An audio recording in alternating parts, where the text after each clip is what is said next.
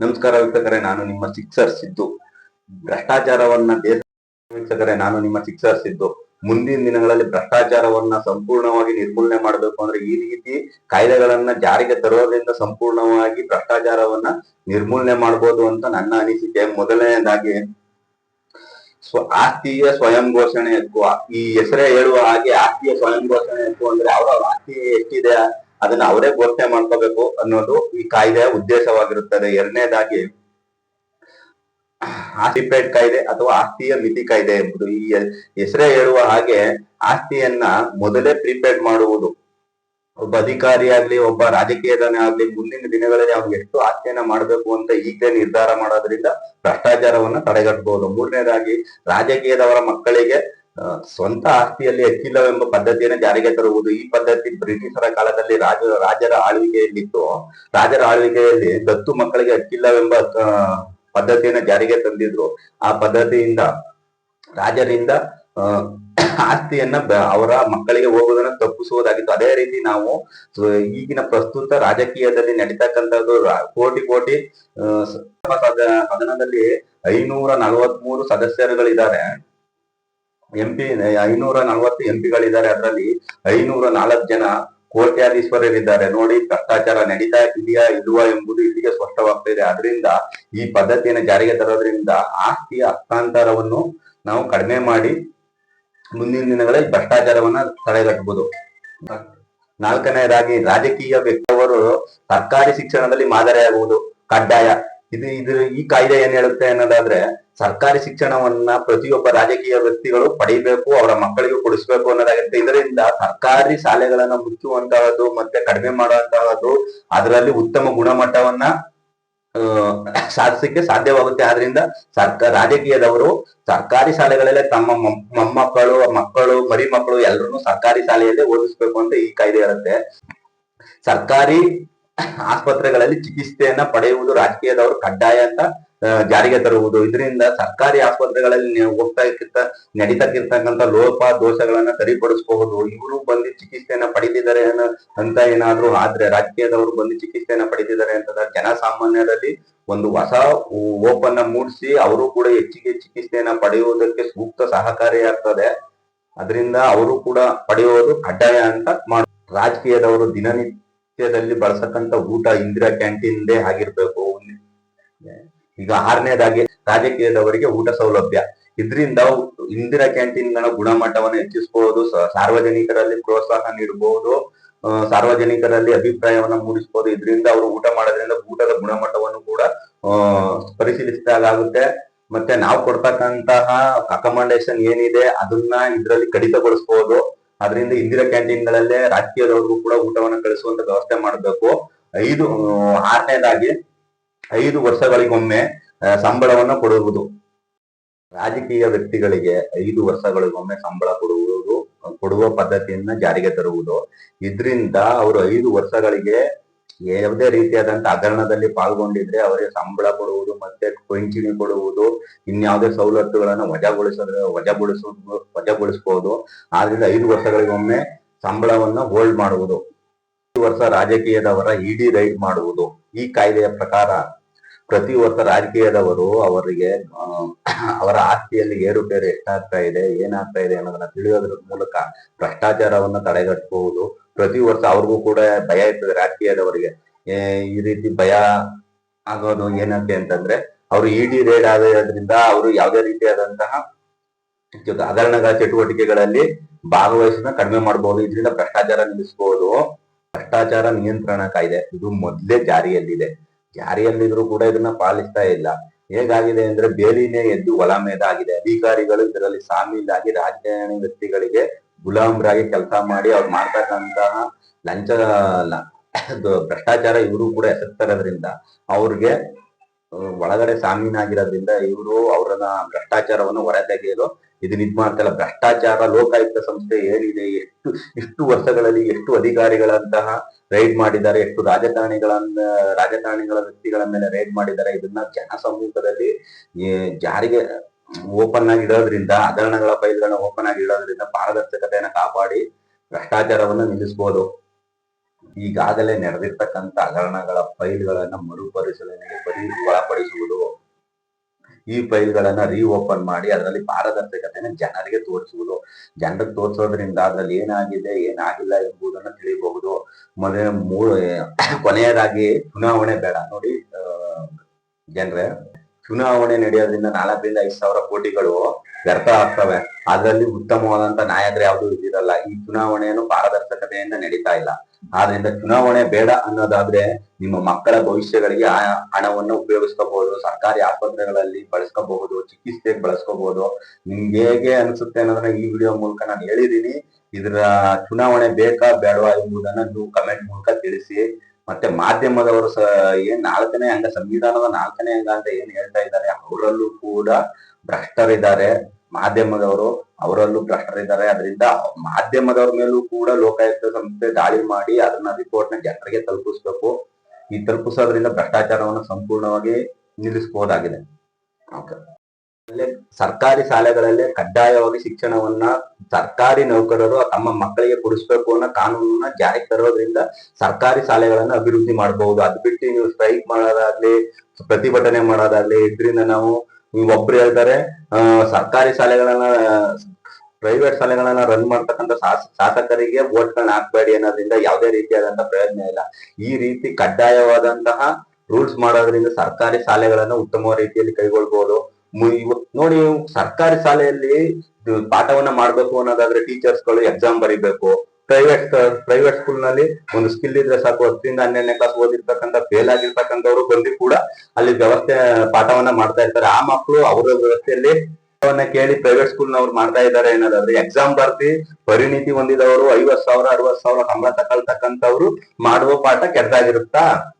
ಹಾಗಾದ್ರೆ ಇವರು private school ನಲ್ಲಿ ಗವರ್ಮೆಂಟ್ ನೌಕರಿಯನ್ನ ಪಡೆದಕ್ಕಂಥವ್ರು ಪ್ರೈವೇಟ್ ಸ್ಕೂಲ್ ನಲ್ಲಿ ಹೋಗಿ ತಮ್ಮ ಮಕ್ಕಳನ್ನ ಸೇರಿಸ್ಬಿಟ್ಟು, ಸರ್ ಹೇಗ್ 12,000 ಸಂಬಳ ತಗೊಳ್ತಕ್ಕಂಥ ಟೀಚರ್ ಹತ್ರ ಹೋಗಿ ಸರ್ ನಮ್ಮ ಮಕ್ಕಳು ಹೇಗ್ ಓದ್ತಾ ಇದ್ದಾರೆ ಅಂತ ಕೇಳ್ತಾ ಇದ್ದಾರೆ ಅಂತಂದ್ರೆ ಯಾವ ರೀತಿಗೆ ನಮ್ಮ ಸರ್ಕಾರಿ ಶಿಕ್ಷಣ ಸೌಲಭ್ಯ ಇದೆ ಅನ್ನೋದನ್ನ ನಾವು ಅರ್ಥ ಮಾಡ್ಕೋಬೇಕಾಗಿದೆ. ಈಗ ಒಬ್ರು ಹೇಳೋ ಪ್ರಕಾರ ಈ ಸರ್ಕಾರಿ ಶಾಲೆಗಳು ಮಧ್ಯಾಹ್ನದ ಬಿಸಿ ಊಟ ತಂದಾಗಿಂದ ಶಿಕ್ಷಕರಿಗೆ ಅದೇ ಒಂದು ದೊಡ್ಡ ಕೆಲಸವಾಗಿದೆ, ಪಾಠ ಮಾಡೋದು ಕೆಲಸ ಇಲ್ಲ ಅಂತ ಹೇಳ್ತಾ ಇದ್ದಾರೆ. ಈಗ ನಾವು ಅದನ್ನ ವ್ಯವಸ್ಥೆನ ಚೇಂಜ್ ಮಾಡ್ಬೇಕಾಗಿದೆ. ಯಾಕಂದ್ರೆ ಸರ್ಕಾರಿ ಶಾಲೆಗಳಲ್ಲಿ ಒಬ್ಬ ವಾಚ್ಮ್ಯಾನ್, ಒಬ್ಬ ಕ್ಲೀನ್ ಮಾಡಕ್ಕೆ ಆಯಾ, ಮತ್ತೆ ಟಾಯ್ಲೆಟ್ ಗಳ ಸೌಲಭ್ಯವನ್ನ ಒದಗಿಸಿರೋದ್ರಿಂದ ಮಕ್ಕಳು ಹೆಚ್ಚು ಬಂದು ಮಕ್ಕಳು ಸೇರ್ಕೊಂಡು ಸರ್ಕಾರಿ ಶಿಕ್ಷಣವನ್ನ ಪಡೆಯೋದಕ್ಕೆ ಈ ಅಭಿವೃದ್ಧಿ ಮಾಡ್ಬೇಕು ಅಂತ ಈ ಮೂಲಕ ಹೇಳ್ತಾ ಇದ್ದೀನಿ. ಖರ್ಚಾಗುವಂತ ವೆಚ್ಚಗಳು ಏನಿದೆ ಅದು ಮತ್ತೆ ಪ್ರೈವೇಟ್ ಖಾಸಗಿ ಶಾಲೆಗಳಲ್ಲಿ ಖರ್ಚಾಗ್ತಂತ ವೆಚ್ಚಗಳನ್ನ ಟ್ಯಾಲಿ ಮಾಡಿ ಯಾವ್ದಕ್ಕೆ ಏನ್ ಕೊಡ್ಬೇಕು ಅನ್ನೋದನ್ನ ತೀರ್ಮಾನ ಮುಂದಿನ ವಿಡಿಯೋದಲ್ಲಿ ಮಾಡ್ತೀನಿ. ಪ್ರಜೆಗಳೇ, ಚುನಾವಣೆಯ ಸಂದರ್ಭದಲ್ಲಿ ಪ್ರಣಾಳಿಕೆಯನ್ನ ರಾಜಕೀಯದವರು ಕೊಡ್ತಾರೆ, ರಾಜಕೀಯ ಪಕ್ಷದವರು ಕೊಡ್ತಾರೆ.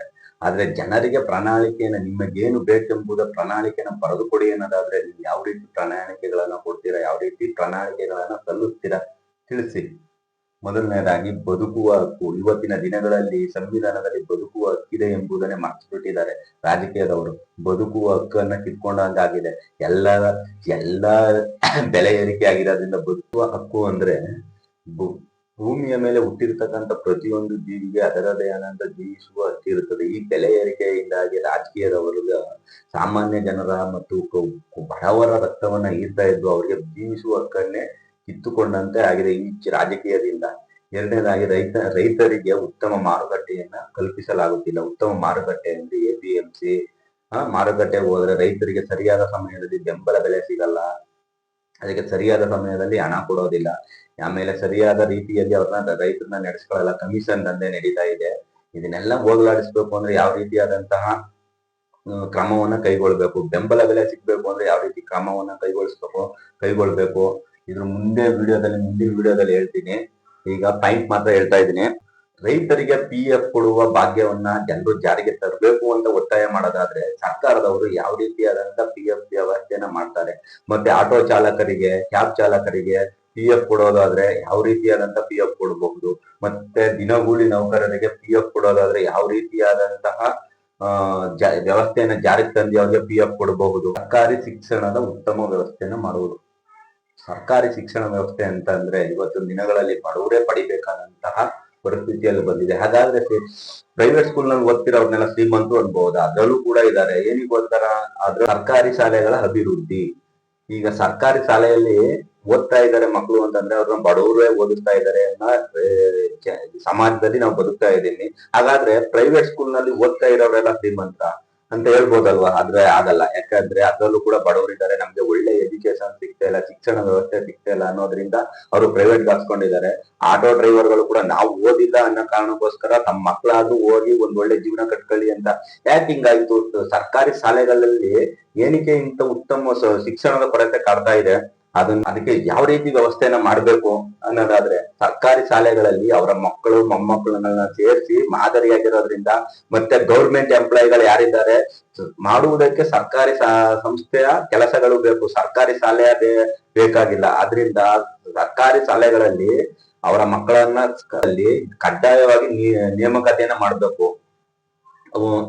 ಅವ್ರ ಶಾಲೆಗಳನ್ನ ಅವ್ರ ಮಕ್ಕಳು ಕೂಡ ಸರ್ಕಾರಿ ಶಾಲೆಗಳಲ್ಲಿ ಓದ್ತಾ ಇರೋದ್ರಿಂದ ಅವ್ರು ಬಂದು ಪ್ರತಿದಿನ ವಿಚಾರಿಸೋದ್ರಿಂದ, ಅವ್ರ ಮಕ್ಕಳ ಭವಿಷ್ಯದ ಬಗ್ಗೆ ವಿಚಾರಿಸೋದ್ರಿಂದ ಸರ್ಕಾರಿ ಶಾಲೆಗಳ ಗುಣಮಟ್ಟವನ್ನು ಹೆಚ್ಚಿಸಬಹುದು.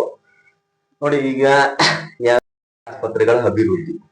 ಇವತ್ತಿನ ದಿನಗಳಲ್ಲಿ ಸರ್ಕಾರಿ ಆಸ್ಪತ್ರೆಗೆ ಹೋದು ಅಂತ ಅಂದ್ರೆ ನಾಳೆ ದಿನ ಸತ್ತು ಅಂತಾನೆ ಅರ್ಥ. ಯಾಕಂದ್ರೆ ಚಿಕಿತ್ಸೆ ಅಷ್ಟು ನಿಧಾನವಾಗಿ ಇದಾಗ್ತದೆ. ಅದೇ ಪ್ರೈವೇಟ್ ನಲ್ಲಿ ಹೋದ ತಕ್ಷಣ ಚಿಕಿತ್ಸೆ ಕೊಡ್ತಾರೆ ಅಂದ್ರೆ ಗೌರ್ಮೆಂಟ್ ನಲ್ಲಿ ಯಾಕೆ ಅವ್ರ ಚಿಕಿತ್ಸೆನ ಕೊಡ್ತಾ ಇಲ್ಲ? ಆದ್ರಿಂದ ರಾಜಕೀಯ ವ್ಯಕ್ತಿಗಳು ಮತ್ತು ಸರ್ಕಾರಿ ನೌಕರರು ಎಲ್ಲ ಕೂಡ ಫ್ರೀಯಾಗಿ ಸಿಗ್ತಕ್ಕಂತಹ ಚಿಕಿತ್ಸೆಯನ್ನ ಪಡೆಯೋದ್ರಿಂದ ಸರ್ಕಾರಿ ಆಸ್ಪತ್ರೆಗಳನ್ನ ಅಭಿವೃದ್ಧಿ ಮಾಡುವುದು, ಮತ್ತೆ ಅದರಲ್ಲಿ ಆಗ್ತಕ್ಕಂತಹ ಲೋಪದೋಷಗಳನ್ನು ಸರಿ ಮಾಡಬಹುದು. ಆದ್ರಿಂದ ಸರ್ಕಾರಿ ಸೌಲಭ್ಯಕ್ಕೆ ಹೆಚ್ಚು ಪ್ರಾಮುಖ್ಯತೆಯನ್ನು ನೀಡಿ ಅವರು ಕೂಡ ಸರ್ಕಾರಿ ಚಿಕಿತ್ಸೆಯನ್ನ ಪಡೆಯುತ್ತಿದ್ದೇವೆ ಅಂತ ಜನರಲ್ಲಿ ಉತ್ಸಾಹವನ್ನ ತೋರಿ ಹೆಚ್ಚು ಹೆಚ್ಚು ಜನ ಸರ್ಕಾರಿ ಆಸ್ಪತ್ರೆಗಳಲ್ಲೇ ಚಿಕಿತ್ಸೆಯನ್ನ ಪಡೆಯುವಂತೆ ಮಾಡುವುದು. ಎಷ್ಟೋ ಮಧ್ಯಮ ವರ್ಗದ ಫ್ಯಾಮಿಲಿಗಳು ಒಂದು ಕಾಯಿಲೆ ತುತ್ತಾಯ್ತು ಅಂದ್ರೆ ಅವರು ಆಸ್ತಿ, ಹಣ, ಮನೆ ಎಲ್ಲ ಮಾರ್ಕೊಂಡು ಬೀದಿಗೆ ಬಂದು ಮತ್ತೆ ಸಫರ್ ಕೊಡುವಂತ ವ್ಯವಸ್ಥೆ ಇದಾಗಿದೆ. ಬದುಕುವಕ್ಕೂ ಎಲ್ರಿಗೂ ಇರೋದ್ರಿಂದ ಈಗ ಕೈಯಲ್ಲಿ ದುಡ್ಡಿಲ್ಲ ಅನ್ನೋ ಕಾರಣಕ್ಕೆ ಸಾಯುವುದು ಎಷ್ಟು ಸರಿ ಎಂಬುದೇ ಈ ದೊಡ್ಡ ಪ್ರಶ್ನೆ. ಭ್ರಷ್ಟಾಚಾರ ಮುಕ್ತ ದೇಶವನ್ನಾಗಿ ಮಾಡುವುದು. ಭ್ರಷ್ಟಾಚಾರ ಮುಕ್ತ ದೇಶವನ್ನಾಗಿ ಮಾಡ್ಬೇಕು ಅನ್ನೋದಾದ್ರೆ ನಾವು ಸರ್ಕಾರಿ ನೌಕರರು ಮತ್ತೆ ರಾಜಕೀಯದವರು ಯಾರು ಗೌರ್ಮೆಂಟ್ ಎಂಪ್ಲಾಯಿಗಳಾಗಿರ್ತಾರೆ ಅವರ ಖಾತೆಗಳನ್ನ ಅಂಚೆ ಕಚೇರಿಯಲ್ಲಿ ಎಲ್ಲಾ ಖಾತೆಗಳನ್ನ, ಈಗಿರುವಂತಹ ಹಾಲಿ ಖಾತೆಗಳನ್ನ ಎಲ್ಲ ರದ್ದು ಮಾಡಿ ಅಂಚೆ ಕಚೇರಿಗಳಲ್ಲಿ ಖಾತೆಯನ್ನ ತೆರೆದು ಅವರಿಗೆ ಆನ್ಲೈನ್ ಪೇಮೆಂಟ್ ಕಡ್ಡಾಯ ಎಂಬ ಪದ್ಧತಿಯನ್ನ ಜಾರಿಗೆ ತರೋದ್ರಿಂದ ಅವರ ವ್ಯವಹಾರ ವಹಿವಾಟುಗಳನ್ನ ಇದರಲ್ಲಿ ಪರಿಶೀಲಿಸಿ ಭ್ರಷ್ಟಾಚಾರ ನಡೀತಾ ಇದೆಯಾ ಇಲ್ವಾ ಎಂಬುದನ್ನ ಪರಿಶೀಲನೆ ಮಾಡಬಹುದು. ಇವರು ಕ್ಯಾಶ್ ಟ್ರಾನ್ಸಾಕ್ಷನ್ ಮಾಡುವಂತಿಲ್ಲ ಎಂಬ ಕಾಯ್ದೆಯನ್ನು ಜಾರಿಗೆ ತರೋದ್ರಿಂದ ಭ್ರಷ್ಟಾಚಾರವನ್ನು ಸಂಪೂರ್ಣವಾಗಿ ನಿರ್ಮೂಲನೆ ತರುವುದು. ಅಭಿವೃದ್ಧಿ. ಇವತ್ತಿನ ದಿನಗಳಲ್ಲಿ ನಿರುದ್ಯೋಗ ಸಮಸ್ಯೆ ತಾಂಡವವಾಡ್ತಾ ಇರೋದ್ರಿಂದ ಅಂಚೆ ಕಚೇರಿಯ ಅಭಿವೃದ್ಧಿ. ಇವತ್ತಿನ ದಿನಗಳಲ್ಲಿ ಅಂಚೆ ಕಚೇರಿ ಮುಚ್ಚುವಂತ ಪರಿಸ್ಥಿತಿ ಬಂದಿದೆ. ನೋಡಿ, ಅಂಚೆ ಕಚೇರಿಯ ಸಿಬ್ಬಂದಿಗಳೇ ನೀವು ಮುಂದಿನ ದಿನಗಳಲ್ಲಿ ರಿಸಿಪ್ಟ್ ತಗೊಂಡು ಕೆಲಸವನ್ನ ಮಾಡದೆ ಹೋದ್ರೆ ಇನ್ನೂ ಕೂಡ ನಿರುದ್ಯೋಗಿಗಳನ್ನಾಗಿ ಮಾಡುವಂತ ಕೆಲಸವನ್ನ ಸರ್ಕಾರ ಮಾಡ್ತದೆ. ಆದ್ರಿಂದ ಇವತ್ತಿನ ದಿನಗಳಲ್ಲಿ ಫ್ಲಿಪ್ಕಾರ್ಟ್, ಇ ಕಾಮರ್ಸ್ ಏನ್ ಕಂಪ್ನಿ ಇದೆ ಅದರಲ್ಲಿ ಬರ್ತಕ್ಕಂತ ಅದನ್ನ ಅಂಚೆ ಕಚೇರಿಗೆ ಒಳಪಡಿಸ್ಕೊಳ್ಳೋದ್ರಿಂದ ಮುಂದಿನ ದಿನಗಳಲ್ಲಿ ನಿರುದ್ಯೋಗ ಸಮಸ್ಯೆನ ಹೋಗಲಾಡಿಸ್ಕೊಂಡು ನಿಮ್ಮ ಏನು ನೋಡಿ, ಈ ರೀತಿ ನಾವು ಎಲ್ಲಾ ಸಂಸ್ಥೆಗಳನ್ನ ಪ್ರೈವೇಟ್ ಕೊಡೋದ್ರಿಂದ ನಮ್ಮ ಗೌರ್ಮೆಂಟ್ ಏನಿದೆ ಸರ್ಕಾರಿ ಸಂಸ್ಥೆಗಳು ಮುಚ್ಚಲ್ಪಡ್ತವೆ. ಆದ್ರಿಂದ ಅಂಚೆ ಕಚೇರಿ ಅಭಿವೃದ್ಧಿ. ಇವತ್ತಿನ ದಿನಗಳಲ್ಲಿ ಅಂಚೆ ಕಚೇರಿ ಸರ್ಕಾರಿ ಸಂಸ್ಥೆಯಾಗಿದ್ದು ಮುಂದಿನ ದಿನಗಳಲ್ಲಿ ಮುಚ್ಚಲ್ಪಡುವಂತಹ ಎಲ್ಲಾ ರೀತಿಯ ಲಕ್ಷಣಗಳು ಕಾಣ್ತಾ ಇದೆ. ನೋಡಿ, ಅಂಚೆ ಕಚೇರಿ ಸಿಬ್ಬಂದಿ ಅವರ ಮುಂದೆ ಇವತ್ತಿನ ದಿನ ನೀವು ರಿಸಿಪ್ಟ್ ತಗೊಳ್ಳಿಲ್ಲ, ಕಷ್ಟಪಟ್ಟು ನೀವು ಮಾಡ್ಲಿಲ್ಲ ಅನ್ನೋದಾದ್ರೆ ಮುಂದಿನ ದಿನಗಳಲ್ಲಿ ನೀವು ಉದ್ಯೋಗವನ್ನ ಕಳೆದುಕೊಳ್ಳುವಂತ ಪರಿಸ್ಥಿತಿ ಬರಬಹುದು. ಈಗ ಏನ್ ಇ ಕಾಮರ್ಸ್ ಮತ್ತೆ ಫ್ಲಿಪ್ಕಾರ್ಟ್ ಇವೇನಿದೆ ಅದನ್ನ ಈಗ ಪೋಸ್ಟ್ ಆಫೀಸ್ ಎಲ್ಲಾ ಗ್ರಾಮೀಣ ಭಾಗದಲ್ಲಿ ಇರೋದ್ರಿಂದ ಆ ಇ ಕಾಮರ್ಸ್ ನಂತಹ ಎಲ್ಲಾ ಡೆಲಿವರಿಗಳನ್ನ ನಾವು ಪಡೆದು ಡೆಲಿವರಿ ಮಾಡೋದ್ರಿಂದ ನಮ್ಮ ಸಂಸ್ಥೆಯನ್ನ ಉತ್ತಮ ರೀತಿಯಲ್ಲಿ ಇಟ್ಟು ಲಾಭದಡೆಗೆ ತೆಗೆದುಕೊಂಡು ಹೋಗ್ಬೋದು. ಇಲ್ಲ ಅಂದ್ರೆ ಉದ್ಯೋಗ ಕಳೆದುಕೊಂಡು ಈಗ ಆಲ್ರೆಡಿ AI ಬಂದಿರೋದ್ರಿಂದ ಮಾನವರು ಮಾಡ್ತಕ್ಕಂಥ ಕೆಲಸಗಳನ್ನ ಆಲ್ಮೋಸ್ಟ್ ಎಲ್ಲ ಕಸಿಯುವ ಸಾಧ್ಯತೆ ಇದ್ದು ಇದು ಒಂದು ಕೂಡ ಆದ್ರೆ ಉದ್ಯೋಗ ಕಳೆದುಕೊಳ್ಳುವಂತ ಭೀತಿಯಲ್ಲಿ ಇರ್ತೀವಿ. ಜಿಲ್ಲಾ ಆಪ್ಕಾಮ್ಸ್ ಅಭಿವೃದ್ಧಿ ಏನಿದೆ ಇದು ಕೂಡ ಅಳಿವಿನಂಚಿನಲ್ಲಿ ಇರ್ತಕ್ಕಂತಹ ಒಂದು ಸಂಸ್ಥೆಯಾಗಿದೆ. ಜಿಲ್ಲೆಯಲ್ಲಿ ಬರ್ತಕ್ಕಂಥ ಜಿಲ್ಲಾ ಆಪ್ಕಾಮ್ಸ್ ಇದು ರೈತರಿಂದ ಹಣ್ಣುಗಳು ಮತ್ತು ತರಕಾರಿಗಳನ್ನ ಖರೀದಿಸಿ ಮಾರಾಟ ಮಾಡುವ ಒಂದು ಸಂಸ್ಥೆಯಾಗಿರ್ತದೆ. ಇದು ಗ್ರಾಹಕರಿಗೆ ತಲುಪುವಂತ ವ್ಯವಸ್ಥೆಯನ್ನ ಮಾಡ್ತಾ ಇರ್ತದೆ. ಇದ್ರಲ್ಲೂ ಕೂಡ ಉದ್ಯೋಗಗಳನ್ನ ಕಸಿದು ಬೇರೆಯವರಿಗೆ ಇದನ್ನ ಅಭಿವೃದ್ಧಿ ಮಾಡ್ಲಿಲ್ಲ ಅನ್ನೋದಾದ್ರೆ ಉದ್ಯೋಗಗಳು ಕೂಡ ಇದರಲ್ಲಿ ಸೃಷ್ಟಿಯಾಗುವುದಿಲ್ಲ. ನಿರುದ್ಯೋಗ ಎಂಬುದು ಇವತ್ತಿನ ದಿನಗಳಲ್ಲಿ ತಾಂಡವ ಆಗ್ತಾ ಇದೆ. ಆದ್ರಿಂದ ನಾವು ಒಂದು ಪದ್ಧತಿಯನ್ನ ಜಾರಿಗೆ ತರಬೇಕು. ಸಂಸ್ಥೆ ಸರ್ಕಾರಿಯದಾಗಿರ್ಲಿ, ವ್ಯವಸ್ಥೆ ಖಾಸಗಿಯಾದಾಗಿರಲಿ ಎಂಬುದನ್ನ ಇದರಿಂದ ನೋಡಿ, ನಾವು ಇದನ್ನ ಗೌರ್ಮೆಂಟ್ ಸ್ಕೂಲ್ ಸರ್ಕಾರಿ ನೌಕರರಿಗೆ ಒಳಪಡಿಸೋದಾದ್ರೆ, ಸಂಸ್ಥೆ ಅಂದ್ರೆ ಸರ್ಕಾರಿ ಶಿಕ್ಷಣ ಏನಿದೆ ಅದು ಸರ್ಕಾರದ್ದೇ ಆಗಿರಲಿ, ವ್ಯವಸ್ಥೆ ಏನಿರ್ತದೆ ಈಗ ಗೌರ್ಮೆಂಟ್ ಶಾಲೆ, ಪ್ರೈವೇಟ್ ಶಾಲೆಗಳಲ್ಲಿ ಕೊಡ್ತಕ್ಕಂತ ಸಂಬಳವನ್ನ ಈ ಗೌರ್ಮೆಂಟ್ ಶಾಲೆಗಳಲ್ಲಿ ನೀಡ್ತಕ್ಕಂತಹ ಫೆಸಿಲಿಟಿಗಳನ್ನ, ಇಲಾಖೆಗಳನ್ನ ಸಮರ್ಪಕವಾಗಿ ಬಳಕೆ ಮಾಡ್ಕೊಳ್ಳೋದ್ರಿಂದ ನೋಡಿ ಸರ್ಕಾರಿ ಸಂಸ್ಥೆಗಳನ್ನ ಉಳಿಸಬಹುದು. ಇಲ್ಲ ಅಂತಂದ್ರೆ ಮುಂದಿನ ದಿನಗಳಲ್ಲಿ ರೈಲ್ವೆ ಸಂಸ್ಥೆಗಳು ಕೂಡ ಖಾಸಗಿಯವರ ಪಾಲಾಗುವ ಎಲ್ಲ ಲಕ್ಷಣಗಳು ಕಾಣ್ತಾ ಇವೆ. ಇದರಿಂದ ಎಲ್ಲರೂ ರೈಲ್ವೆ ಸಂಪರ್ಕವನ್ನ ಸಮರ್ಪಕವಾಗಿ ಬಳಸ್ಕೊಳ್ಳೋದ್ರಿಂದ ನಾವು ರೈಲ್ವೆ ಸಂಸ್ಥೆನ ಉಳಿಸ್ಕೋಬಹುದು. ನೋಡಿ, ರೈಲು ಸಂಚಾರ ಅಂತ ಏನ್ ಹೇಳ್ತೀವಿ, ಬಸ್ ಸಂಚಾರದಲ್ಲಿ ಒಂದು ದಿನದಲ್ಲಿ ಹೋಗ್ತಕ್ಕಂತ ವ್ಯವಸ್ಥೆಯನ್ನ ರೈಲ್ವೆ ಸಂಚಾರದಲ್ಲಿ 2 ದಿನ ತಗೋತದೆ. ಅದ್ರ ಅರ್ಥ ಮಾಡ್ಕೊಳ್ಳಿ, ಅಲ್ಲಿನ ಕಾದಿ ಅದ್ರ ಟಿಕೆಟ್ಗೋಸ್ಕರ ಕಡಿಮೆ ಹೋಗ್ತಾ ಇದ್ದಾರೆ ಅಂತಂದ್ರೆ ಅವರು ಒಂದು ದಿನದ ಕೂಲಿಯನ್ನ ಯೋಚನೆ ಮಾಡಲ್ಲ. ಇವತ್ತು ದಿನ ದುಡಿಮೆ ಆಗಿದ್ರೆ ಮುಂದಿನ ದಿನ ಉಳಿತಾಯ ಮಾಡ್ಬೇಕು ಅನ್ನೋ ಯೋಚನೆಯಲ್ಲಿ ಒಂದು ದಿನ ವೇಸ್ಟ್ ಆದರೂ ಪರವಾಗಿಲ್ಲ, ದುಡ್ಡು ಕಡಿಮೆ ಆಗ್ಲಿ ಅನ್ನೋ ಕಾರಣಕ್ಕೆ ರೈಲ್ವೆದಲ್ಲಿ ಟ್ರಾನ್ಸ್ಫರ್ ಮಾಡ್ತಾ ಇದ್ದಾರೆ. ರೈಲ್ವೆ ಸಾರಿಗೆಯನ್ನ ಬಳಸ್ತಾ ಇದ್ದಾರೆ. ಲೋಕಸಭಾ ಸದನದಲ್ಲಿ ರಾಘವ್ ಚಡ್ಡಾ ಎಂಬ ಸದಸ್ಯರು ಇನ್ಕಮಿಂಗ್ ಕರೆಗಳ ಬಗ್ಗೆ ಮಾತಾಡಿದ್ದಾರೆ. ನಾನು ಸದಸ್ಯರಿಗೆ ಹೇಳೋದು, ಸಂಸ್ಥೆ ಖಾಸಗಿಯಾಗಿದ್ರೆ ಇದೆಲ್ಲ ಕಾಮನ್ ಆಗಿರ್ತದೆ. ಅದೇ ನಮ್ಮ BSNL ಸಂಸ್ಥೆ ಏನಿದೆ, ಟೆಲಿಕಾಂ ಕಂಪನಿ, 1200 ಕೋಟಿ ಹಗರಣದಿಂದ ಮುಚ್ಚೋಗಿದೆ. 5G ಲಾಂಚ್ ಮಾಡಿ ಜನರ ಯಾಕೆ ನಮ್ಮ ಸರ್ಕಾರಿ ಸಂಸ್ಥೆಗಳನ್ನ ಬೆಳೆಸೋದಿಲ್ಲ, ಅದನ್ನ ಉಳಿಸೋದಿಲ್ಲ ಅಂತ ನೋಡೋಣ. ನೀವು 5Gಗೆ ಲಾಂಚ್ ಮಾಡೋದಾದ್ರೆ ಎಷ್ಟು ಸಾವಿರ ಕೋಟಿಗಳನ್ನ ಖರ್ಚು ಮಾಡಬೇಕು. ಅದೇ 140 ಕೋಟಿ ಜನಸಂಖ್ಯೆಯಲ್ಲಿ ಎಷ್ಟು ಜನ ಮೊಬೈಲ್ ಯೂಸ್ ಮಾಡ್ತಾ ಇದ್ದಾರೆ, ಅಷ್ಟು ಜನನು ಕೂಡ BSNL ಗೆ ಶಿಫ್ಟ್ ಆಗುವಂತ ಸಾಧ್ಯತೆ ಇರುತ್ತೆ. ಜನರಲ್ಲಿ ನಮ್ಮ ಸರ್ಕಾರಿ ಸಂಸ್ಥೆ ಎಂಬ ನಿಲುವನ್ನ ತರುವುದು ಅತಿ ಮುಖ್ಯವಾದ ಅಂಶವಾಗಿರುತ್ತೆ. ರೀತಿ ರೈಲ್ವೆ ಸಂಸ್ಥೆಯಲ್ಲಿ ಸಿಗತಕ್ಕಂತಹ ಸೈನಿಕ ಜಲ ಎಂಬುದು ಇದರಲ್ಲಿ ಬರ್ತಕ್ಕಂಥ ಲಾಭದ ಅಂಶವನ್ನ ಸೈನಿಕರಿಗಾಗಿ ಮೀಸಲಿಡಲಾಗುತ್ತೆ. ಆದ್ರೆ ನಾ ಕಂಡ ಹಾಗೆ ಲೋಕಲ್ ಸ್ಥಳೀಯವಾಗಿ ಸೈನಿಕ ಜಲ ಎಲ್ಲೂ ಕೂಡ ಸಿಗುವುದಿಲ್ಲ. ಸಾರ್ವಜನಿಕವಾಗಿ ಎಲ್ಲಾ ಕಡೆ ಸಿಗುವಂತೆ ಮಾಡೋದ್ರಿಂದ ಸೈನಿಕ ಜಲವನ್ನ ಪ್ರಮೋಟ್ ಮಾಡ್ದಂಗ ಆಗುತ್ತೆ. ಮತ್ತೆ ಸೈನಿಕರಿಗೆ ಒಂದು ಉತ್ಸಾಹವನ್ನ ತುಂಬ್ದಂಗ ಆಗುತ್ತೆ, ಅವರಿಗೂ ಸಹ ಸಹಾಯ ಮಾಡ್ದಂಗ ಆಗುತ್ತೆ. ಸೈನಿಕ ಜಲವನ್ನ ಎಲ್ಲಾ ಕಡೆ ಬಳಸ್ಬೇಕು ಅನ್ನೋ ನಿಲುವನ್ನ ತಂದಾಗ ಮಾತ್ರ ಜನರಲ್ಲಿ ಇದು ನಮ್ಮ ಬ್ರ್ಯಾಂಡ್ ಎಂಬ ನಿಲುವನ್ನ ಯಾವಾಗ ತರ್ತಾರೆ ಅವತ್ತಿನ ದಿನ ಆ ಪ್ರಾಡಕ್ಟ್ ಸಕ್ಸಸ್ ಆಗಿದೆ. ಟ್ರಾಫಿಕ್ ಪೊಲೀಸ್ನವರು ಹೆಲ್ಮೆಟ್ ಹಾಕಿಲ್ಲ, ಇನ್ಶೂರೆನ್ಸ್ ಇಲ್ಲ, ಗಾಡಿ ಸರಿ ಇಲ್ಲ, ಎಮಿಷನ್ ಟೆಸ್ಟ್ ಇಲ್ಲ ಎಂಬುದನ್ನ ಹಿಡಿತಾರೆ.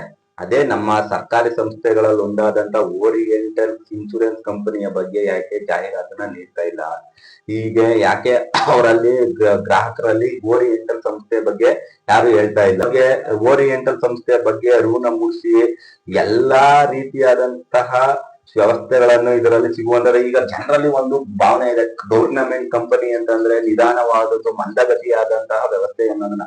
ಈಗ ಸಂಸ್ಥೆ ಆಕ್ಸಿಡೆಂಟ್ ಆದಂತಹ ಸಂಸ್ಥೆಯಲ್ಲಿ ಯಾವ ಪ್ರೈವೇಟ್ ನವರು ಹೇಗೆ ಕಾರ್ಯನಿರ್ವಹಿಸ್ತಾ ಇದ್ದಾರೆ ಅದೇ ರೀತಿ ಕಾರ್ಯನಿರ್ವಹಿಸೋದ್ರಿಂದ ಜನರಲ್ಲಿ ಒಂದು ಉತ್ತಮ ಮನೋಭಾವವನ್ನು ತರುವ ವ್ಯವಸ್ಥೆಯನ್ನ ಆಗುತ್ತೆ. ಆದ್ರಿಂದ ನಾನು ಬೈಕ್ ಸವಾರರೇ ಆಗಲಿ, ಕಾರ್ ಸವಾರರೇ ಆಗಲಿ, ನಿಮ್ಮ ವಾಹನಗಳಿಗೆ ಇನ್ಶೂರೆನ್ಸ್ ಏನಾದ್ರು ಮಾಡ್ಬೇಕು ಅನ್ನೋದಾದ್ರೆ ಓರಿಯೆಂಟಲ್ ಸಂಸ್ಥೆ, ಗೌರ್ಮೆಂಟ್ ಸಂಸ್ಥೆನ ಬೆಳೆಸೋದ್ರಿಂದ ನಿಮ್ಗೆ ನೀವೇ ಸಂಸ್ಥೆನ ಕಟ್ಟಾಕಿ ಬೆಳೆಸಬಹುದು. ಅದ್ರಲ್ಲಿ ಬರ್ತಕ್ಕಂತ ಪಾಲುದಾರಿಕೆಯನ್ನ ಮುಂದಿನ ದಿನಗಳಲ್ಲಿ ಯಾರು ಬಡವರಿದ್ದಾರೆ, ಕಡು ಬಡವರಿದ್ದಾರೆ, ಅದ್ರ ಶೇರ್ನ ಕೂಡ ಅದರಿಂದ ಕೊಡೋದ್ರಿಂದ ಆ ಶೇರ್ನ ಕೊಟ್ಟು ಅವ್ರನ್ನ ಜೀವನ ಮಟ್ಟವನ್ನ ಸುಧಾರಿಸಬಹುದು. ಈ ಮೂಲಕ ಬ್ಯಾಂಕಿಂಗ್ ವ್ಯವಸ್ಥೆಯಲ್ಲಿ ನಡೀತಕ್ಕಂತಹ ATM ಶುಲ್ಕ ಮತ್ತೆ ಮಿನಿಮಮ್ ಬ್ಯಾಲೆನ್ಸ್ ಶುಲ್ಕ ಇವುದ್ರಿಂದ ಸುಮಾರು ಒಂದು 3200 ಕೋಟಿಯಷ್ಟು ಲಾಭವನ್ನ ಮಾಡಿದವಂತೆ ಪ್ರೈವೇಟ್ ಸೆಕ್ಟರ್ ಬ್ಯಾಂಕ್ಗಳು. ಅದೇ ರೀತಿ ನಮ್ಮ ಅಂಚೆ ಕಚೇರಿಯಲ್ಲಿ ಖಾತೆಯನ್ನು ತೆರೆದು ಅದೇ ಲಾಭವನ್ನ ನಮ್ಮ ಗೌರ್ಮೆಂಟ್ ಸಂಸ್ಥೆ ಮಾಡಿದ್ರೆ ಯಾವನೋ ಪ್ರೈವೇಟ್ ಸಂಸ್ಥೆ ತಿನ್ನೋದಕ್ಕಿಂತ ನಮ್ಮ ಗೌರ್ಮೆಂಟ್ ನವರು ಅದನ್ನ ಅಭಿವೃದ್ಧಿ ವ್ಯವಸ್ಥೆಗೆ ಬೆಳೆಸ್ಕೋಬಹುದಾಗಿತ್ತು. ಆದ್ರಿಂದ ಪ್ರತಿಯೊಬ್ಬರಿಗೂ ಒಂದು ಕಡ್ಡಾಯವಾಗಿ ಮಾಡ್ಲೇಬೇಕಾದಂತಹ ವ್ಯವಸ್ಥೆ ಏನಂತಂದ್ರೆ ಅಂಚೆ ಕಚೇರಿಯಲ್ಲಿ ಬ್ಯಾಂಕ್ ಖಾತೆಯನ್ನ ತೆರೆದು ಉಳಿದ ಪ್ರೈವೇಟ್ ಸೆಕ್ಟರ್ ನಲ್ಲಿ ಇರ್ತಕ್ಕಂತ ಖಾತೆಗಳನ್ನ ನಿಷ್ಕ್ರಿಯಗೊಳಿಸೋದ್ರಿಂದ ಇದರಿಂದ ಹೊರಗಡೆ ಬರಬಹುದು. ಮತ್ತೆ ಸೈಬರ್ ಕ್ರೈಮ್ ಏನಿದೆ ಅದರಿಂದ ಒಬ್ಬ ವ್ಯಕ್ತಿಗೆ ಒಂದೇ ಖಾತೆ ಅನ್ನೋದ್ರ ಮಾಡೋದ್ರಿಂದ ಸೈಬರ್ ಕ್ರೈಮ್ ಏನಿದೆ ಆ ಅಪರಾಧಗಳನ್ನ ಈ ಮೂಲಕ ತಡಿಬಹುದು. ನೋಡಿ ಪ್ರಜೆಗಳೇ, ಉತ್ಪನ್ನಗಳಲ್ಲಿ ಸರ್ಕಾರಿ ಉತ್ಪನ್ನ, ಖಾಸಗಿ ಉತ್ಪನ್ನ ಎಂಬ ಉತ್ಪನ್ನಗಳಿರ್ತವೆ. ಅದರಲ್ಲಿ ವಿದೇಶಿ ಉತ್ಪನ್ನ, ಸ್ವದೇಶಿ ಉತ್ಪನ್ನ ಅನ್ನೋದನ್ನ ಇದು ಬಂದ್ರೆ ಅದೇ ಕಾನ್ಸೆಪ್ಟ್ ಅಲ್ಲಿ ಮೇಕ್ ಇನ್ ಇಂಡಿಯಾ ಎಂಬ ಉತ್ಪನ್ನಗಳನ್ನ ಜಾರಿ ಮಾಡ್ತಾ ಇದ್ದಾರೆ. ಅದರಲ್ಲಿ ಖಾಸಗಿ ಉತ್ಪನ್ನ, ಸರ್ಕಾರಿ ಉತ್ಪನ್ನಗಳು ಅನ್ನೋದ್ರಿಂದ ಎರಡು ಭಾಗಗಳಿವೆ. ನಾವು ಖಾಸಗಿ ಸಂಸ್ಥೆಗಳಲ್ಲಿ ತೆಗೆದುಕೊಂಡು ನಾವು ಉಪಯೋಗಿಸಿ ಅವ್ರಿಗೆ ಲಾಭ ಮಾಡೋದಾದ್ರೆ ಅವರು ಲಾಭದ ದೃಷ್ಟಿಯನ್ನೇ ಒಳಗೊಂಡಿರ್ತವೆ. ಸರ್ಕಾರಿ ಸಂಸ್ಥೆಗಳಲ್ಲಿ ಜನರ ಹಿತ ಕಾಯ್ದುಕೊಳ್ಳುವಂತ ವ್ಯವಸ್ಥೆಯನ್ನ ಕಾಯ್ದುಕೊಂಡ್ರೆ ಜನರಲ್ಲಿ ಸಮರ್ಪಕವಾಗಿ ತಲುಪುವಂತ ವ್ಯವಸ್ಥೆಯನ್ನ ಮಾಡಬಹುದು. ಉದಾಹರಣೆಗೆ ಮೈಸೂರು ಸ್ಯಾಂಡಲ್ ಸೋಪು ಇದು ದುಬಾರಿ ಅಂತ ಸಾಮಾನ್ಯ ಜನಗಳಿಗೆ ಸಿಗ್ತಾ ಇಲ್ಲ. ಇದರಲ್ಲೇ ಒಂದು ಮ್ಯಾನುಫ್ಯಾಕ್ಚರ್ ಮಾಡಿ ಈಗ ಸಂತೂರ್ ಅಂತ ಏನಿದೆ ಅದು ಪ್ರೈವೇಟ್ ಸೆಕ್ಟರ್ ಆಗಿರೋದ್ರಿಂದ ಏನಿದೆ ಈಗ ಮೈಸೂರು ಸ್ಯಾಂಡಲ್ ಸೋಪ್ ನಲ್ಲಿ ಒಂದು ಕಡಿಮೆ ಬಜೆಟ್ ಮಿಡಲ್ ಕ್ಲಾಸ್ ಜನಗಳಿಗೆ ದೊರೆಯುವಂತೆ ಒಂದು ಸೋಪ್ ನ ಮಾಡೋದ್ರಿಂದ ಸರ್ಕಾರಿ ಸಂಸ್ಥೆಯನ್ನ ಬೆಳೆಸೋದಾಗುತ್ತೆ. ಸಮರ್ಪಕ ಬಳಕೆ ಇದು ಸರ್ಕಾರಿ ಪ್ರವಾಸೋದ್ಯಮ ಸಂಸ್ಥೆಯಾಗಿದ್ದು ಇದನ್ನ ಅಭಿವೃದ್ಧಿ ಪಡಿಸೋದ್ರಿಂದ ಸಾಮಾನ್ಯ ಜನನು ಕೂಡ ಹೋಗಿ ಉಳಿಸ್ಕೊಂಡು ಪ್ರವಾಸೋದ್ಯಮ ಮಾಡೋದ್ರಿಂದ ದೇಶದ ಆರ್ಥಿಕತೆಯನ್ನ ಉಜ್ವಲವಾಗಿ ಮಾಡಬಹುದು. ದೇಶದ ಆರ್ಥಿಕತೆ ನೀತಿ ಮೇಲೆ ಹಣದುಬ್ಬರ ಇವೆಲ್ಲ ಪ್ರಭಾವನ ಬೀರ್ತದೆ. ಈಗ ದೇಶದ ಆರ್ಥಿಕತೆ ಅಂದ್ರೆ ಏನು, ಆರ್ಥಿಕತೆ ಏನ್ ಹೇಳುತ್ತೆ ಅನ್ನೋದಾದ್ರೆ, ಆರ್ಥಿಕತೆ ಅಂದ್ರೆ ಕೆಲಸ ಕೊಡುವುದಾಗಿ ಕರ್ನಾಟಕದ ಬ್ರ್ಯಾಂಡ್ ಆದಂತಹ ನಂದಿನಿ KMF ಸಂಸ್ಥೆ ಇವತ್ತಿನ ದಿನಗಳಲ್ಲಿ ಬ್ರೆಡ್, ಬಿಸ್ಕೆಟ್, ಖಾರ ಇದೆಲ್ಲ ಕಾಲಿಟ್ಟಿದೆ.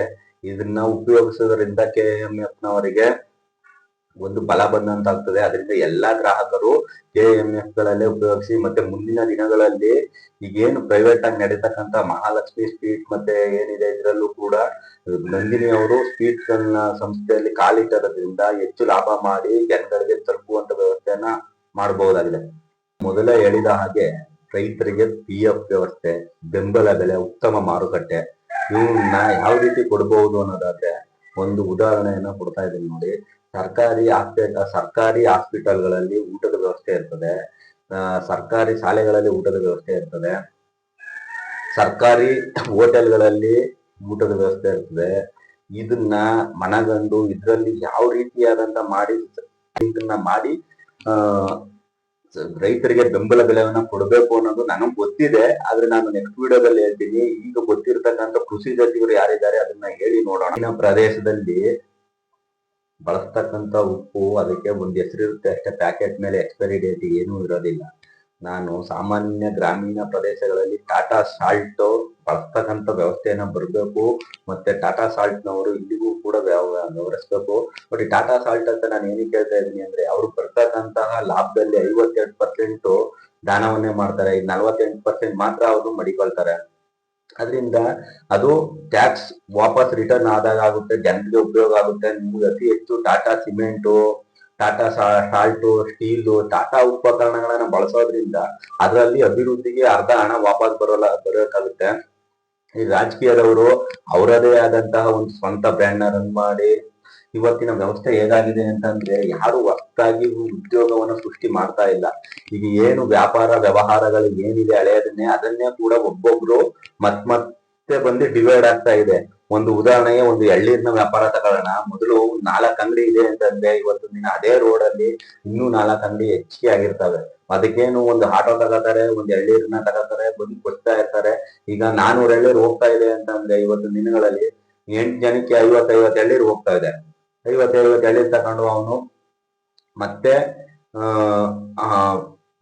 ಬಡವನ ಪರಿಸ್ಥಿತಿಗೆ ಬರುವಂತ ವ್ಯವಸ್ಥೆ ಆಗಿದೆ. ಅದರಿಂದ ಈ ನಿರುದ್ಯೋಗಿಗಳಿಗೆ ಉದ್ಯೋಗವನ್ನ ಸೃಷ್ಟಿ ಮಾಡುವುದು ಅತ್ಯಂತ ಇದಾಗಿದೆ. ಇವತ್ತಿನ ದಿನಗಳಲ್ಲಿ ಉತ್ತರ ಕರ್ನಾಟಕದಲ್ಲಿ ಏನ್ ವಿದ್ಯಾರ್ಥಿಗಳು ಪ್ರತಿಭಟನೆಯನ್ನ ಮಾಡ್ತಾ ಇದ್ದಾರೆ, ಆ ಪ್ರತಿಭಟನೆಯ ಸರ್ಕಾರ ಸ್ಪಂದಿಸಿ ಖಾಲಿ ಇರ್ತಕ್ಕಂಥ ಉದ್ಯೋಗಗಳನ್ನ ಭರ್ತಿ ಮಾಡೋದ್ರಿಂದ ಮತ್ತೆ ಹೊಸ ಯೋಜನೆಗಳನ್ನ ತರೋದ್ರಿಂದ ಉದ್ಯೋಗ ಸೃಷ್ಟಿಯನ್ನ ಮಾಡಬಹುದು. ಈಗ ರೈತರ ಸಮರ್ಪಕ ಬಳಕೆಯಿಂದ ರೈತರಲ್ಲಿ ಏನಿದೆ ಆರ್ಥಿಕತೆ ಬಗ್ಗೆ ಮಾತಾಡೋಣ. ಆರ್ಥಿಕತೆ ಮುಂದುವರಿಬೇಕು ಅಂದ್ರೆ ಜನರಲ್ಲಿ ಯುವಕರಲ್ಲಿ ಉದ್ಯೋಗವಿರಬೇಕು. ಇವತ್ತಿನ ಪರಿಸ್ಥಿತಿಯಲ್ಲಿ ನಾನು ನೋಡಿದ ಹಾಗೆ 60 ವರ್ಷ 70 ವರ್ಷದ ಮುದುಕರು, ಏನು ವಯಸ್ಸಾದಂತಹ ಹಿರಿಯರು, ಭಾರತ ದೇಶದಲ್ಲಿ ಅತ್ಯಂತ ಕಠಿಣವಾದಂತಹ ಸಮಸ್ಯೆ ಏನಂದ್ರೆ ನಿರುದ್ಯೋಗದ ಸಮಸ್ಯೆ. ಇವತ್ತಿನ ದಿನಗಳಲ್ಲಿ ನಿರುದ್ಯೋಗ ಸಮಸ್ಯೆ ಹೆಚ್ಚು ಎದ್ದು ತಾಂಡವಾಗ್ತದೆ. ಅದು ಯುವಕರಲ್ಲಿ ಉತ್ತರ ಕರ್ನಾಟಕದಲ್ಲಿ ಯುವಕರು ಪ್ರೊಟೆಸ್ಟ್ ಮಾಡ್ತಾ ಇದ್ದಾರೆ. ಖಾಲಿ ಇರುವ ಹುದ್ದೆಗಳಿಗಾಗಿ ಭರ್ತಿ ಮಾಡಿ ಎಂಬುದನ್ನ ನೋಡಿ. ನೀವು ಭರ್ತಿ ಮಾಡದೇ ಇದ್ರೆ ಏನ್ ಪ್ರಾಬ್ಲಮ್ ಆಗುತ್ತೆ ಅಂದ್ರೆ, ಈಗ ಏನ್ ವ್ಯವಹಾರ ಮಾಡ್ತಾ ಇದ್ದಾರೆ, ಈಗ ಒಂದು ವ್ಯಾಪಾರ ಆಗ್ಲಿ ಮತ್ತೊಂದಾಗ್ಲಿ ಏನ್ ಮಾಡ್ತಾ ಇದ್ದಾರೆ ಅದು ಹಂಚಿಕೆ ಆಗ್ತಾ ಇದೆ ಹೊರತು ಹೊಸದಾಗಿ ಉದ್ಯೋಗವನ್ನ ಸೃಷ್ಟಿ ಮಾಡಕ್ ಆಗ್ತಾ ಇಲ್ಲ. ಆದ್ರಿಂದ ಎಲ್ಲವನ್ನು ಪ್ರೈವೇಟ್ ಕೊಟ್ಬಿಟ್ಟು ನಿಮ್ದಿಂದೇ ಆದಂತ ರಾಜಕಾರಣಿದವರು ನಿಮ್ದಿಂದೇ ಆದಂತ ಸಂಸ್ಥೆಗಳನ್ನ ತೆರೆದುಕೊಂಡು ನೀವು ಲಾಭ ಮಾಡ್ಕೊಂಡು ಕೋಟ್ಯಾಂತರ ರೂಪಾಯಿ ಏನಕ್ಕೆ ಇಟ್ಟಿದ್ರು. ಒಬ್ಬ ಮನುಷ್ಯ ಇವತ್ತಿನ ಕಾಲದಲ್ಲಿ 15,000 ರೂಪಾಯಿ ಸಂಬಳಕ್ಕೆ ಹೋಗ್ತಾ ಇದ್ದಾನೆ ಅಂತ ಲೆಕ್ಕಾಚಾರ ಹಾಕೊಂಡಿದ್ರೆ 1 ಕೋಟಿ ಮಾಡೋದಕ್ಕೆ ಅವನಿಗೆ ಇಲ್ಲ ಅಂದ್ರೆ 80 ವರ್ಷಗಳ ಕಾಲ ಬೇಕಾಗ್ತದೆ. ಅದು ಖರ್ಚು ವೆಚ್ಚವನ್ನ ತೆಗೆದ್ರೆ ಇನ್ನೂ ಕೂಡ ಜಾಸ್ತಿ ಬೇಕಾಗುತ್ತದೆ. ಒಬ್ಬ ಮನುಷ್ಯ 80 ವರ್ಷ ತನಕ 1 ಕೋಟಿ ದಾಟಕ್ಕಾಗಲ್ಲ ಅನ್ನೋದಾದ್ರೆ, ರಾಜಕೀಯದವರು ಸಿಗ್ತಕ್ಕಂತಹ 5 ವರ್ಷಗಳಲ್ಲಿ ಕೋಟಿ ದುಡ್ಡು ಮಾಡ್ತಾ ಇದ್ದಾರೆ, ಭ್ರಷ್ಟಾಚಾರ ಆಗ್ತಾ ಇದೆ ಅನ್ನೋದಾದ್ರೆ ತಡೆಗಟ್ಟಬೇಕಾದಂತ ಪರಿಸ್ಥಿತಿಯಲ್ಲಿ ಇದ್ದೇವೆ. ಈಗ ಯಾವುದೇ ಒಂದು ಬಿಸ್ನೆಸ್ ಅಲ್ಲಿ ಲಾಭ ಅಂತ ಮೊದಲು ಕಾಣ್ತಾ ಇದ್ವು. ಇವತ್ತಿನ ದಿನಗಳಲ್ಲಿ ಬಿಸ್ನೆಸ್ ಎಂಬುದು ಹಂಚಿಕೆಯ ಪ್ರಮಾಣವಾಗಿದೆ.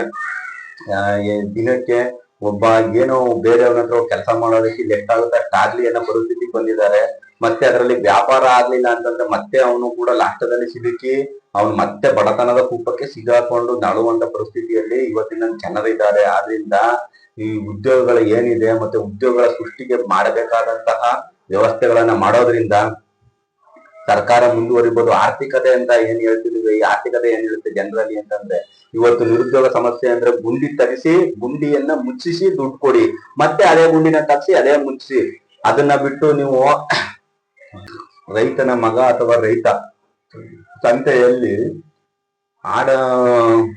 ಮೇಕೆಯನ್ನ ಮಾರಿ 20,000 ಜೋಬಲ್ ಇದ್ದರೂ ಕೂಡ ಅವನು ಊಟವನ್ನು ಮಾಡದೆ ಮನೆಯಲ್ಲೇ ಹೋಗಿ ಊಟವನ್ನು ಮಾಡ್ತಾನೆ ಅನ್ನೋದಾದ್ರೆ ಅದು ಅಲ್ಲ. ಆ ಶ್ರಮದ ಹಿಂದೆ ಆ ದುಡ್ಡಿನ ಬೆಲೆ ಅವನಿಗೆ ಗೊತ್ತು. ಇವತ್ತಿನ ದಿನಗಳಲ್ಲಿ ರಾಜಕಾರಣಿ ಮಕ್ಕಳುಗಳು ಹೋಗಿ ಬೇರೆ ಕಡೆ ಮೋಜಿ ಮಸ್ತಿ ಮಾಡ್ಕೊ ಬರ್ತಾ ಇದ್ದಾರೆ, ಮಾಲ್ಡೀವ್ಸ್ಗಳಲ್ಲಿ ಹೋಗ್ತಾ ಇದ್ದಾರೆ. ಇವತ್ತಿನ ದಿನ ನಾವು ಈ ಆರ್ಥಿಕತೆಯನ್ನ ಸಂಪೂರ್ಣವಾಗಿ ಮೇಲೆತ್ತುವ ವ್ಯವಸ್ಥೆ ಆಗ್ಬೇಕು ಅನ್ನೋದಾದ್ರೆ ಕೆಲಸವನ್ನು ಕೊಡಬೇಕು, ಸಂಬಳವನ್ನು ಜಾಸ್ತಿ ಮಾಡಬೇಕು, ಪ್ರವಾಸೋದ್ಯಮಕ್ಕೆ ಹೆಚ್ಚು ವ್ಯವಸ್ಥೆಯನ್ನ ಮಾಡಬೇಕು. ಇದ್ರಿಂದ ನಮ್ಮ ಆರ್ಥಿಕತೆ ಹೋಗ್ತದೆ ಹೊರತು ಎಲ್ಲಾ ದುಡ್ಡನ್ನು ಒಬ್ಬನೇ ಮಾಡ್ಕೊಂಡು ಒಬ್ಬನೇ ಮುಟ್ಕೊಂಡ್ರೆ ಜನರ ಹತ್ರ ಎಲ್ಲಿ ದುಡ್ಡು ಬರುತ್ತೆ? ಸಾಮಾನ್ಯ ಜನರಿಗೆ ಯಾವ ರೀತಿಯಾದಂತ ಬರುತ್ತೆ? ನೀನ್ ಎಷ್ಟು ಅವನು ಒಬ್ಬ ಸಾಮಾನ್ಯ ವ್ಯಕ್ತಿ ದುಡಿದ 500 ರೂಪಾಯಿಗಳಲ್ಲಿ ಮನೆ ಖರ್ಚು 400 ರೂಪಾಯಿ ಆದ್ರೆ 100 ರೂಪಾಯಿನ ಉಳಿಸ್ತಾನೆ. ಅದೇ 5,000 ದುಡಿಯುವಂತ ವ್ಯಕ್ತಿ 5,000ದಲ್ಲಿ 1,000 ಖರ್ಚು ಮಾಡಿ ಭಾರತ ದೇಶದಲ್ಲಿ ರೈತ ದೇಶದ ಬೆನ್ನೆಲುಬು ಅಂತಾರೆ. ಆ ಬೆನ್ನೆಲುಬುಗೆ ಒಂದು PF ವ್ಯವಸ್ಥೆಯನ್ನ ಕೊಡಕ್ ಆಗ್ತಾ ಇಲ್ಲ. ಅವ್ನ ಬೆನ್ನು ಮುರಿದಂತ ಪರಿಸ್ಥಿತಿ ತಂದಿದ್ದಾರೆ. ಅವನಿಗೆ ಬೆಂಬಲ ಬೆಲೆಯನ್ನ ಕೊಡ್ತಾ ಇಲ್ಲ. ಇವತ್ತಿನ ದಿನಗಳಲ್ಲಿ ಸರ್ಕಾರಿ ಸಂಸ್ಥೆಗಳಲ್ಲಿ ಒಳಪಡ್ತಕ್ಕಂತಹ ಯಾವ ರೀತಿಯಾದಂತಹ ಊಟದ ವ್ಯವಸ್ಥೆಯನ್ನ ಮಾಡ್ತಾ ಇದ್ದೀವಿ. ಅದರಲ್ಲಿ ಅಗ್ರಿಕಲ್ಚರ್ ಪ್ರಥಮವಾಗಿರ್ತಕ್ಕಂಥ ವ್ಯವಸ್ಥೆಗಳಲ್ಲಿ ಫಸ್ಟ್ ಪ್ರಿಫರೆನ್ಸ್ ಸರ್ಕಾರಿ ಸಂಸ್ಥೆಗಳಲ್ಲಿ ಇರ್ತಕ್ಕಂಥ ಈಗ ಹಾಸ್ಟೆಲ್ ಆಗಿರ್ಬೋದು, ಶಾಲೆಗಳಾಗಿರ್ಬೋದು, ಈಗ ಮಕ್ಕಳ ಪೌಷ್ಟಿಕಾಂಶ ಅಂತ ಎಷ್ಟು ಇದಿರ್ತದೆ ಅದನ್ನ ಮೊದಲೇ ಕ್ಯಾಲ್ಕುಲೇಟ್ ಮಾಡಿ ತರಕಾರಿ ಮತ್ತೆ ಅಕ್ಕಿ ಬೇಳೆ ಇವನ್ನ ಒದಗಿಸೋದ್ರಿಂದ ರೈತರಿಗೂ ಕೂಡ ಒಂದು ವ್ಯವಸ್ಥೆಯನ್ನ ಮಾಡಬಹುದು, ಉತ್ತಮ ಬೆಂಬಲ ಬೆಲೆಯನ್ನ ಕೊಡಬಹುದು. ಇದನ್ನ ಮಾಡೋದ್ರಿಂದ ಉದ್ಯೋಗಗಳ ಸೃಷ್ಟಿ ಆಗ್ತವೆ, ನಿರುದ್ಯೋಗ ಸಮಸ್ಯೆ ಕಡಿಮೆ ಆಗ್ತದೆ. ಈಗ ಜನರು ಎಷ್ಟು 140 ಕೋಟಿ ಜನಸಂಖ್ಯೆ ಇದೆ ಅಂತಂದ್ರೆ 140 ಕೋಟಿ ಜನಸಂಖ್ಯೆಗೂ ನಾವು ಉದ್ಯೋಗವನ್ನ ಕೊಡ್ಲಕ್ ಆಗ್ಲಿಲ್ಲ ಅಂತಂದ್ರೆ ಸರ್ಕಾರದ ಫೇಲ್ಯೂರ್ ಅಂತ. ಈಗ ಲೋಕಸಭಾ ಸದಸ್ಯರಲ್ಲಿ 543 ಸದಸ್ಯರಲ್ಲಿ 504 ಕೋಟ್ಯಾಧಿಪತಿಗಳಿದ್ದಾರೆ ಅನ್ನೋದಾದ್ರೆ ಸಾಮಾನ್ಯ ವ್ಯಕ್ತಿ ಯಾಕೆ ಇವತ್ತಿನ ದಿನ ದುಡ್ದಿ ಒಂದು ಬಾತ್ರೂಮ್ ಕೂಡ ಕಟ್ಸೋದಕ್ಕೆ ಸಾಧ್ಯವಾಗದಂತ ರೀತಿಯಲ್ಲಿ ಬದುಕ್ತಾ ಇದ್ದಾನೆ? ಯಾಕೆಂದ್ರೆ ಬೆಲೆ ಏರಿಕೆಯಿಂದಾಗಿ ಅವನು ತತ್ತರಿಸಿ ಹೋಗಿದ್ದಾನೆ. ಇವತ್ತಿನ ಪರಿಸ್ಥಿತಿಯಲ್ಲಿ ಸಿಲಿಂಡರ್ಗಳು ಕೂಡ ಯುದ್ಧ ನಡೀತಾರೆ, ಅದರಿಂದ ಹೆಚ್ಚಿಗೆ ಆಗ್ತಾ ಇದೆ. ಇಂತಹ ಪರಿಸ್ಥಿತಿಯಲ್ಲಿ ಏನ್ ಮಾಡ್ಬೇಕು ಅನ್ನೋದಾದ್ರೆ ಯಾವ ವ್ಯವಸ್ಥೆಗಳಲ್ಲಿ ಹಣ ಹೋಗ್ತಾ ಇದೆ, ಯಾವ್ಯಾವ ವ್ಯವಸ್ಥೆಯಲ್ಲಿ ಹಣ ಪೋಲಾಗ್ತಾ ಇದೆ ಅದನ್ನ ತಡೆಗಟ್ಟಿ ಈಗ ಏನಾದ್ರು ಎಮರ್ಜೆನ್ಸಿ ಅಂದಾಗ ಸರ್ಕಾರಿ ನೌಕರರ ಸಂಬಳ ನಿಲ್ಸೋದಾಗ್ಬೋದು, ಮತ್ತೆ ರಾಜಕೀಯದವರ ಸಂಬಳ ನಿಲ್ಸೋದಾಗಿರ್ಬೋದು, ಇದನ್ನ ನಿಲ್ಸಿ ರೈತರಿಗೆ ಮೊದಲ ಆದ್ಯತೆಯನ್ನ ಕೊಡೋದ್ರಿಂದ ರೈತರಿಗೆ ಒಂದು ಬೆಂಬಲ ಬೆಲೆ ಮತ್ತೆ ಅವರಿಗೆ ಬೆನ್ನೆಲುಬಾಗಿ ನಿಂತಂತೆ ಈ ಮೂಲಕ ಆಗುತ್ತೆ. ಇನ್ನ ನಿಮ್ಮ ಮಕ್ಕಳ ಭವಿಷ್ಯಕ್ಕಾಗಿ ಎತ್ತಿಟ್ರೆ ಆರ್ಥಿಕತೆ ಎಲ್ಲಿ ಬೆಳೀತದೆ? ಇವತ್ತಿನ ದಿನ ಏನಿದೆ ಅದನ್ನ ಬಳಸ್ಕೊಂಡು ಸಮರ್ಪಕವಾಗಿ ಮುಂದಿನ ಪೀಳಿಗೆಗೆ ಆಸ್ತಿಯನ್ನ ಮಾಡದಂತೆ ಹೋದ್ರೆ ಆರ್ಥಿಕತೆಯನ್ನ ಮೇಲೆತ್ತುವಂತ ವ್ಯವಸ್ಥೆ ಆಗ್ತದೆ. ಇಲ್ಲ ಅಂತಂದ್ರೆ ಇದೇ ರೀತಿ ಬಡವರು ಬಡವರಾಗೇ ಇರ್ತಾರೆ, ಶ್ರೀಮಂತರು ಶ್ರೀಮಂತರಾಗೇ ಇರ್ತಾರೆ, ಮಿಡಲ್ ಕ್ಲಾಸ್ನವರು ಮಿಡಲ್ ಕ್ಲಾಸ್ ಆಗೇ ಇರ್ತಾರೆ. ಇದನ್ನ ಆರ್ಥಿಕತೆಯನ್ನ ಅರ್ಥ ಮಾಡ್ಕೊಳ್ಳಿ.